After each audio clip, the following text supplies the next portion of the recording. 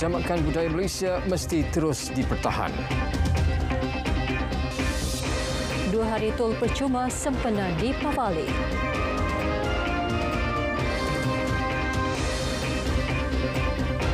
Assalamualaikum dan salam Malaysia Madani. Perdana Menteri Datuk Seri Anwar Ibrahim akan menghadiri sidang kemuncak bertergempar Pertubuhan Kerjasama Islam OIC kali ke-8 di Riyadh, Arab Saudi esok. Sidang kemuncak itu akan membincangkan serangan, kekejaman dan ketidakperi kemanusiaan rejim Israel yang berterusan ke atas Palestin.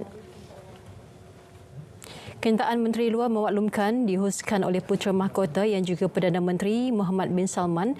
Sidang kemuncak itu akan turut dihadiri pemimpin dan wakil negara anggota OIC. Sidang kemuncak tergempar itu hasil daripada kerjasama utuh Perdana Menteri bersama beberapa pemimpin OIC. Semasa sidang kemuncak itu, Perdana Menteri akan menyatakan pendirian tegas Malaysia mengenai usaha segera untuk menamatkan tindakan pembunuhan beramai-ramai Israel terhadap rakyat Palestin dengan krisis kemanusiaan masih berlarutan. Selain keperluan utama bagi negara anggota OIC dan seluruh masyarakat antarabangsa untuk membantu menangani nasib dan penderitaan rakyat Palestin. Sidang kemuncak itu dijangka akan menerima pakai satu dokumen hasil. Perayaan Deepavali merupakan salah satu jalan membangunkan Malaysia Madani, hormat menghormati selain memelihara kerukunan antara kaum. Perdana Menteri Datuk Seri Anwar Ibrahim dalam kenyataan berkata kejamakan budaya di negara ini mesti terus dipertahan tanpa digugatkan oleh mana-mana pihak. Sebarang percubaan untuk melemahkan masyarakat mesti dipatahkan dengan sikap serta nilai dan budi pekerti yang tinggi. Kerajaan Perpaduan akan memastikan pembangunan sosioekonomi semua rakyat, pengagihan kekayaan yang lebih saksama dan bantuan kepada yang memerlukan disampaikan dengan lebih tuntas dan cekap. Kebajikan dan tahap hidup masyarakat, terutamanya masyarakat Hindu, akan terus ditambah baik dan dilindungi. Nikmat dan khazanah negara juga mesti dirasai semua secara adil dan saksama. Perdana Menteri turut mengucap selamat Hari Deepavali kepada semua rakyat Malaysia beragama Hindu.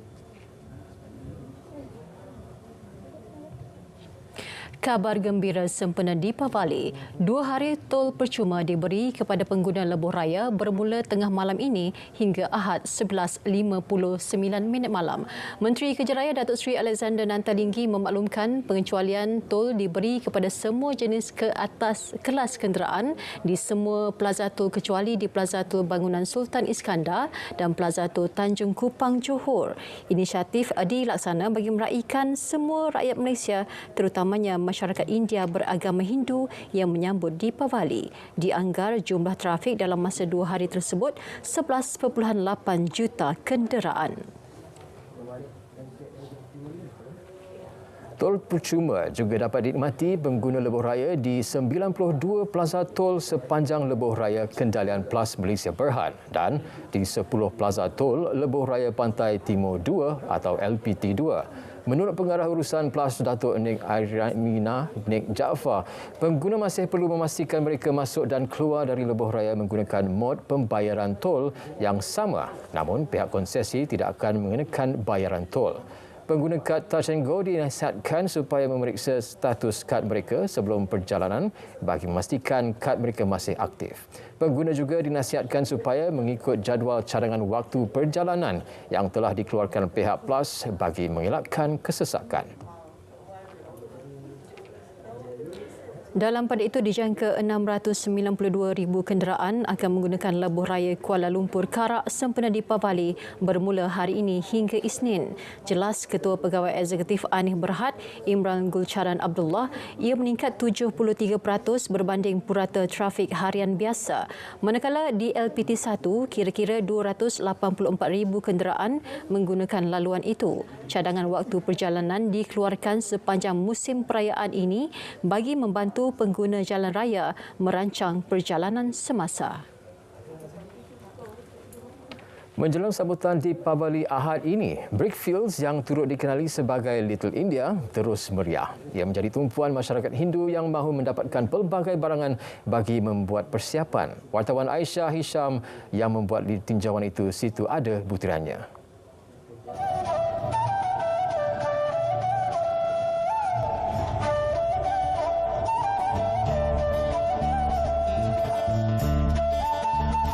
Sama seperti kebiasaan, lokasi ini jadi pilihan terutama menjelang perayaan Pesta Cahaya. Tinjauan mendapati orang ramai mula membanjiri kemah jualan seawal 10 pagi. Biskut-biskut semua diorang buat sendiri. Jarang beli. Ada masak tu adalah kambing, rendang, ayam. We are preparing for the last minute purchase and then the preparation for the cookings, whatever food for the Deepawali day. Memang diskaun dia banyak tapi kita kena beli yang berpatutan. So memang okeylah persiapan dia. Memang sebab ekonomi pun dia favor dengan rakyat kali ini. So saya rasa boleh berjimatlah Kak. Selain pakaian, barang perhiasan dan kuih muih, perkhidmatan melukis inai turut ditawarkan. Peniaga akui semua barangan dan perkhidmatan ditawar pada harga promosi. Definitely, sebab kita ada promo juga. Kalau diorang beli lebih daripada 2 piece, kita bagi 20 to 50% lah. So kawasan Brickfield ini kita tengok banyak kedai. Walaupun banyak kedai, kita ada meniaga yang sanggup disupport oleh customer sebab kita jual yang barang yang terbaik dengan harga yang paling murah. Produk yang pelbagai dijual pada harga berpatutan, maka tidak hairanlah apabila Brickfields terus menjadi tumpuan setiap kali tiba Deepawali. Dalam keterujaan menyambut Deepawali, masyarakat India tetap mengekalkan kesederhanaan dalam berbelanja. Namun, suasana sambutan Pesta Cahaya kali ini tetap rancak dan meriah. Deepawali Nal Vatukal, Aisyah Hisham, RTM.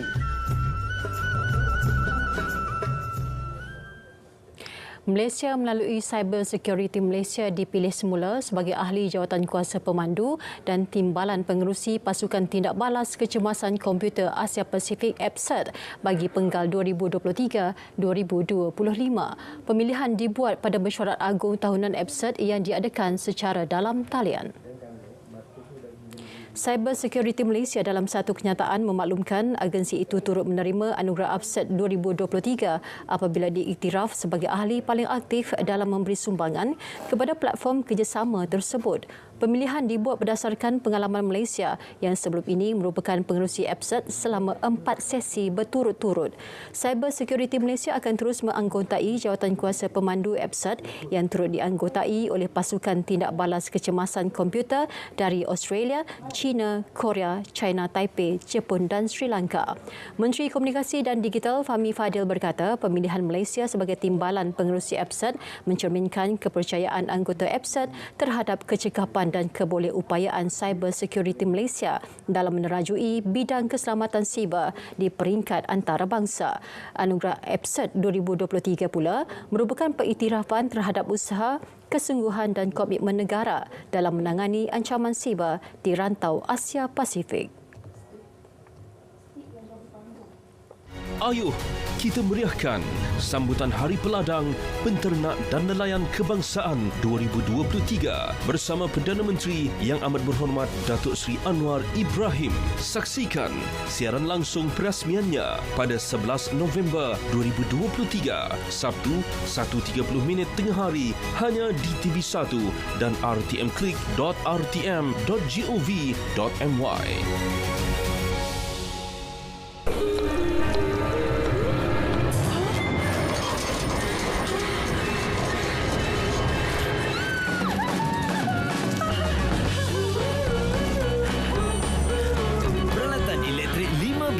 Memberikan penjimatan 5 bintang. Satu lagi idea bernas untuk anda.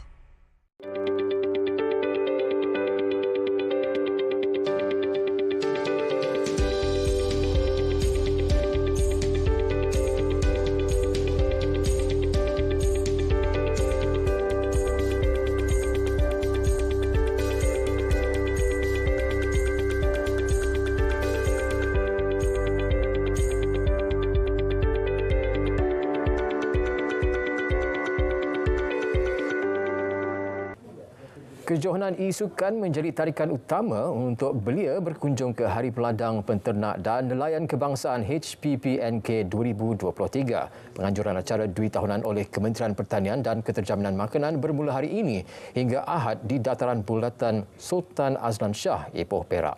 Menaiknya pengisian yang lebih segar diketengahkan sebagai daya tarikan kepada golongan muda. Menurut Pengurus Besar Pertubuhan Peladang Kebangsaan NAFAS, Muhammad Faris Arifin, kejohanan e-sukan yang jurung kali diadakan sempena HPPNK 2023 mendapat sambutan meriah apabila 150 peserta melibatkan 30 pasukan dari seluruh negara menyertainya. Bila golongan belia datang ke segmen agromilenial untuk join program-program belia, di samping itu mereka akan terdedah dengan industri-industri pertanian yang lain lah. So mereka akan terdedah dengan teknologi-teknologi baru pertanian, input-input pertanian yang ada di negara ini. So dengan harapan mereka akan lebih terdedah dan juga ingin mengambil tahulah tentang industri pertanian dan juga dasar sekuriti makanan lah. Di bawah segmen Agro Milenia, NAFAS dan Persatuan Nelayan Kebangsaan bekerjasama menganjurkan pertandingan e-sukan ini. Memang kita memerlukan penglibatan daripada golongan muda ini untuk menjadi pelapis lah sebagai nelayan, sebagai petani dan peternak. Dengan harapan nombor 2, kita mengharapkan memperkenalkan e-sport ni adalah disebabkan e-sport ni ada berbentuk teknologi ataupun yang berkaitan dengan komputer lah, sains komputer ataupun AI dan sebagainya. Peserta berpeluang memenangi hadiah terkumpul RM10,000. Juara pula bakal membawa pulang RM3,000, trofi dan sijil penyertaan. Manakala juara harian akan memenangi wang tunai. Pengunjung HPPNK juga boleh merasai pengalaman bermain FIFA 2024 menerusi platform PlayStation 5 secara percuma. Lebih menarik, pelbagai hadiah cabutan bertuah diistimewa bernilai hingga RM10,000 turut menanti pengunjung. 2.53 bilion ringgit diperuntuk dalam Belanjawan 2024 bagi perbelanjaan mengurus dan melaksanakan pembangunan negeri Selangor. Daripada jumlah itu, sebanyak 1.33 bilion ringgit atau 52.6% diagih untuk perbelanjaan mengurus dan 1.2 bilion ringgit bagi pembangunan. Menteri Besar Selangor Datuk Seri Amiruddin Syari turut menganggarkan hasil yang boleh dikutip berjumlah 2.2 bilion ringgit tahun depan berdasarkan rekod pencapaian pada Ogos 2022 dan September 2023. Antara penyumbang utama kepada hasil negeri tahun 2024 adalah premium tanah iaitu sebanyak 890.94 juta bersamaan dengan 40.5% daripada keseluruhan anggaran hasil keseluruhan. Penyumbang kedua terbesar adalah hasil tanah ataupun hasil cukai tanah iaitu sebanyak 622.65 juta bersamaan dengan 28.3%. Manakala penyumbang ketiga terbesar adalah pemberian persekutuan iaitu berjumlah 212.96 juta ringgit bersamaan dengan 9.7% daripada keseluruhan pendapatan 2024. Dengan mengambil kira jangkaan hasil negeri yang berjumlah 2.2 bilion dan anggaran perbelanjaan berjumlah 2.53 bilion, menurutnya, belanjawan kali ini turut mengalami defisit berjumlah 330 juta ringgit namun lebih rendah berbanding tahun lalu dengan pengurangan sebanyak 120 juta ringgit. Beliau berkata demikian ketika pembentangan Belanjawan Selangor 2024 di Dewan Undangan Negeri Selangor di Shah Alam. Kerajaan Selangor turut mengumumkan bantuan khas keuangan BKK tahun 2023 sebanyak 2 bulan setengah gaji bagi menghargai penglibatan penjawat awam negeri dalam mencayakan kutipan hasil negeri. Menteri Besar Selangor Datuk Seri Amiruddin Syari berkata jumlah itu termasuk 1 bulan yang dibayar pada 28 Disember ini dan setengah bulan yang akan dibayar pada Februari 2024 bagi meringankan beban persiapan sesi persekolahan. Katanya bantuan khas itu juga termasuk sebulan gaji yang sudah selesai dibayar menjelang sambutan Hari Raya Aidilfitri tahun ini. Pemberian BKK dengan bayaran sekurang-kurangnya RM1,000 akan dilaksanakan berdasarkan perkeliling yang akan dikeluarkan oleh Bahagian Pembangunan Sumber Manusia BPSM. Bilangan jawatan dalam sektor ekonomi meningkat 2.6% kepada 8.9 juta pada suku ketiga 2023. Statistik guna tenaga suku ketiga 2023 terbitan Jabatan Perangkaan menunjukkan permintaan buruh Malaysia terus catat trend positif dengan pertambahan 227.1 ribu jawatan bagi tempoh yang sama. Peningkatan ini mencerminkan kedudukan ekonomi dan prestasi permintaan buruh memberansangkan sejajar kerancakan berterusan aktiviti ekonomi dan sosial. Sementara itu, bilangan jawatan diisi pula meningkat 2.7% kepada 8.71 juta jawatan. Bagaimanapun, peluang pekerjaan dalam ekonomi yang ditunjukkan bilangan kekosongan susut 0.2% kepada 190.9 ribu kekosongan jawatan.